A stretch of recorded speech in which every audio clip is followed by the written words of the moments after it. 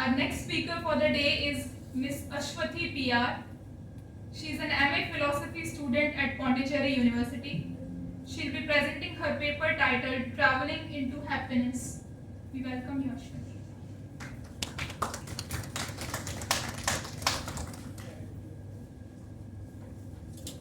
Good afternoon, everyone. Myself, Aswathi PR. I am doing MA Philosophy in Pondicherry University.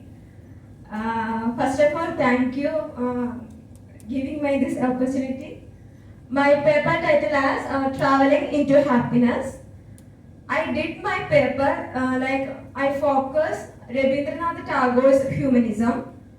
I found this humanism is very connected to happiness. This happiness I connected to traveling. Then this traveling I connected to philosophical counseling. That is my paper. Just introduction like that. The journey has the most possible chance for entertainment and peace of mind. It is, so to speak, a calming pill for the mind. Therefore, it can be considered as therapy. Travel is often a human helper. It is a dear friend who makes him who he is. Therefore, travel is a friend that should be kept with you throughout your life. Then philosophical counseling as therapy. Philosophical counseling comes from the life experiences of each individual. Philosophical counseling focuses on many depths of life, ranging from what is life, the real side of life, what is love, and life-shaking events. Counseling aims at liberating a person's particular attitude or many seeming silly problem it events from life complexes that from their core. Philosophical counseling is also a form of psychotherapy. It is a way to evade caprices from the human mind by arguments, critical thinking, edifications approach, casuistical method, and contractarian approach, etc. These approaches giving like that. Philosophical counseling is not like giving some tips or giving some certain answers to the questions. It's like the counseling is help to the people to what is the world view, what is the your view of your life, that thing. And not like just giving some questions and answer, like not like that. It's like deeping into the life. Then, yeah, the religion of man. The philosopher and literature legend Rabindranath Tagore is well known. Some experts from his most famous work, The Religion of Man, are here linked to happiness. In The Religion of Man, Tagore presents a philosophy of humanity, suggesting that human nature is defined by an abundance of energy that manifests through creative art. Tagore's philosophy of humanity is closely connected to his experiences of travel. His journey across the world exposed him to various cultures, ideas, and artistic traditions, strengthening his beliefs in the common sense of humanity. For Tagore, travel was more than a physical act. It was a means of spiritual and intellectual discovery.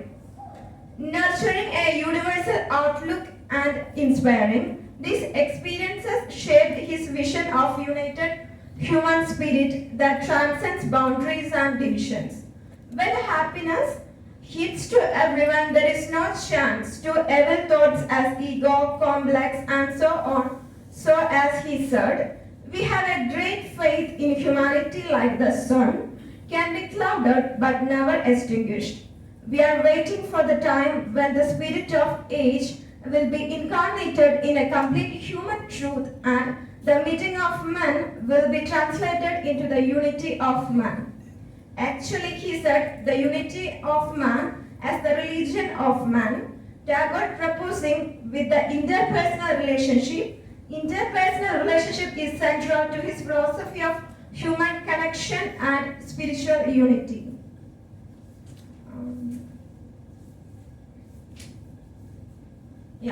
Tagore's perspective, human creativity as both spiritual and intellectual endeavor, serving as link between the individual and the universe. And also, the Buddha teaching in India, it is a movement in which motive human relationship, and also force was not some additional acquisitions of knowledge or power or urgings of some overwhelming passion. It was inspiration for freedom, the freedom which enables us to realize Dharma, the truth of eternal man. Likewise, when people doing travels, it leads to experiences, knowledge, interactions, unity of people and thoughts, confidence over all happiness, which can be matching with anything. The insatiable appetite for travel has long been found not only in humans but throughout nature. Here I given the Shantiniketan and Vishwabharati from the concept of Rabindranath Tagore. I think it is the practicality of his ideologies. Shantiniketan, it can be said that the concept of Shantiniketan is a practical implementation of the principles of Rabindranath Tagore. His concept of Shantiniketan is drawn by human communications, mutual respect, and development of literary concept. Initially, the guest house was built and named as Shantiniketan, and the entire area came to be known as Shantiniketan. Shantiniketan means abode of peace. It was founded and developed by individuals from the Tagore family. His philosophy has now become a university town with the creation of Vishwabharati, listed in UNESCO. Shantiniketan owes a great deal to the practice of his humanism. What was started by Rabindranath Tagore for a few children later turned into a community and a university.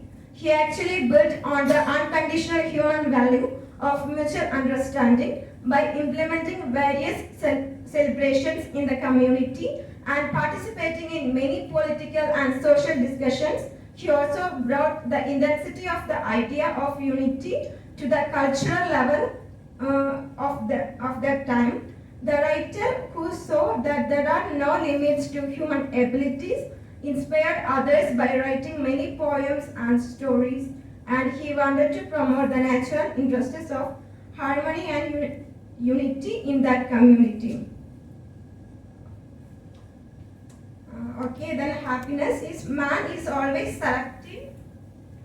selective in aligning himself with his perceptions. Therefore, it is also hindered in making the glass cases very attractive. If he has managed to bring him out, half of him can be said to have joined his world and thus found happiness. But that is not the goal. Rabindranath said to have joined his Rabindranath's philosophy repeats itself here too. True happiness can be found when human minds are united. He sees the entire human race as pearls on a string. Man has like an open mirror in a union. Mutual exchange of happiness is possible when there is such a thing around. Like a step of happiness, the quality of acceptance in travel should also be included. When one can find the truth of anything and take on values, a unique state of inner compassion arises where man can detach his mind from the facts that are hollow to the realities of his life. It's Tagore's influences connection to happiness. We all know Tagore shaping his philosophy from Upanishad, Advaita Vedanta, Buddhist influence, nationalism to internationalism level. So, in Upanishad, his assertion of the kinship between man and man, between man and nature, are all based Upanishads. Through this, the union of peoples and the union of ultimate reality. Then Advaita Vedanta, the concept of ultimate reality can be seen in Advaita. He saw the ultimate reality as the basis of everything. The self is an integral part of the human ultimate reality. He looked at monism and saw that everyone is interdependent. There is only one truth. All spiritual creation leads to one spiritual freedom. Then Buddhism also, the interdependence means interconnectedness of all things, which is a fundamental Buddhist concept. He believed web of relationships. He envisions a multicultural dialogue. He is seen promoting a universal humanity without boundaries. Tagore is a philosopher who united the human race globally. He is also famous as a personality who gave so much value to human consciousness and values. Behind it, the Indian and Western philosophical knowledge that influenced him stands strongly. His concept of humanism is due to the thought that globalizing human consideration and mutual respect should be raised globally. Then we can go to the conclusion. Thus, travel moves the mind or cooling the ground of the mind, energizes the mind. The mind and environment are connected. A person reinforces his positions in the structure of his environment. It is normal to feel that the rhythm of the mind is not right, because there are many situations that lead to a lack of confidence that when the same situation continues or around, it becomes immovable without belonging to anything, and then it is not good to add itself to anything later. So travel and philosophical counseling can be used to overcome it. Philosophical counseling is useful for pointing out the problems that cannot be solved only after talking to someone from their source to human values. Philosophical counseling and travel meets happiness at an angle. When they both achieve deeper meaning through it, then it is easy to catch. Nobody can be free from worries in life. It is a common thing to cross normal world enquiries when people could seem as the Tagore's union, you are an artist free from rigid dogmas. Thank you. Thank you, Aswathi, for your genuine and structured presentation. One interesting perspective that I found in your presentation that was never discussed since yesterday was that you seem to be considering happiness as a collective state rather than as an individual state, which is interesting for philosophical practitioners to look into. So I would now open the paper for discussion if anyone has any questions or points.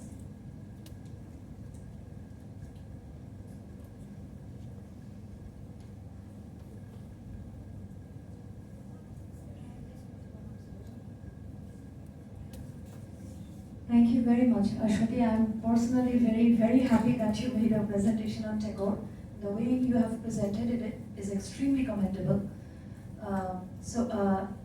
Could you just very briefly, maybe in a couple of lines, explain how Tagore is proposing a man's personal journey in his path, in his pursuit of transcending his limited self to universal humanism? Maybe very briefly. Thank you.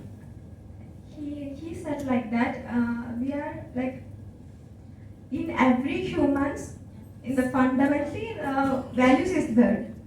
So we have the different situations, we faces challenges, etc. We shaping different characters actually. So we want to find our fundamental values. Then we want to go into the interpersonal relationship and go beyond. Then if we can meet the state, then I think there is no crimes, nothing is there. This, like, I consider like the happiness is wellness of mind. So okay. Thank you. Thanks a lot.